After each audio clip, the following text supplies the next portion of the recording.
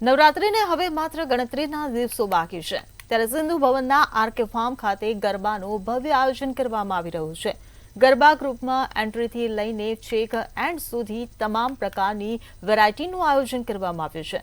જો કે ગરબા ગૃહમાં આ વર્ષે અમદાવાદના પોળની થીમ તેમજ બાહુબલીનો વિશાળ સેટ ઊભો કરાવશે તેમજ રાત્રે 12 વાગ્યા પછી મંડલી સ્ટાઇલના ગરબાનું પણ આયોજન કરાયું છે।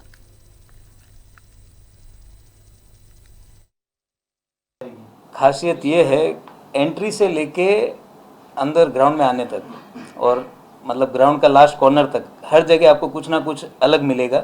जैसे बाहर एंट्रेंस जो है वो है बाहुबली का सेटअप है। बाहुबली मूवी में जैसा एक बहुत बड़ा ग्रांड लेवल का सेटअप दिखाया है वो हमने यहाँ बाहर किया है। फिर जैसे आप अंदर आएंगे तो नई सिटी में आपको पुरानी सिटी की झलक मिल जाएगी, जो पोल कहते हैं अपने यहाँ पे।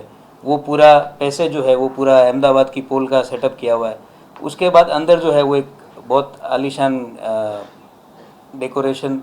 फिर लास्ट कॉर्नर में जो है हमारा वो रील जोन, जिसका लोग शायद रील बनाते बनाते थक जाए वैसा सेटअप वहाँ दे रहे हैं। એ અમે કરી રહ્યા છીએ કે લોકો એમ્બ્યુલન્સ ચલો બહાર રાખે છે, પણ પબ્લિકને જ્યારે અંદર પ્રોબ્લેમ થાય છે મેડિકલ રિલેટેડ, હેલ્થ રિલેટેડ, ત્યારે એમ્બ્યુલન્સ સુધી પહોંચતા ટાઈમ લાગી જાય છે। પણ અમે અંદર એક સ્પેશિયલ એના માટે મેડિકલ કોટેજ આખું રેડી કરાવ્યું છે કે જ્યાં એક્સપિરિયન્સ ડૉક્ટરની ટીમ રહેશે કે કોઈને બી ઇમરજન્સી આવશે તો એને ત્યાં એને ફેસિલિટી ફર્સ્ટ એડ ઇમરજન્સીમાં પ્રોવાઈડ થઈ શકે।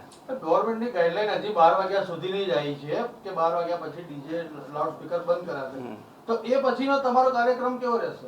12 વાગ્યા પછી આપણે મંડળી રહેશે। 12 વાગ્યા સુધી આપણે ઓર્કેસ્ટ્રા પાર્ટી રહેશે, અલગ અલગ આર્ટિસ્ટ, અલગ અલગ સેલિબ્રિટી સાથે। 12 વાગ્યા પછી આપણે ખાલી ને ખાલી મંડળી કરી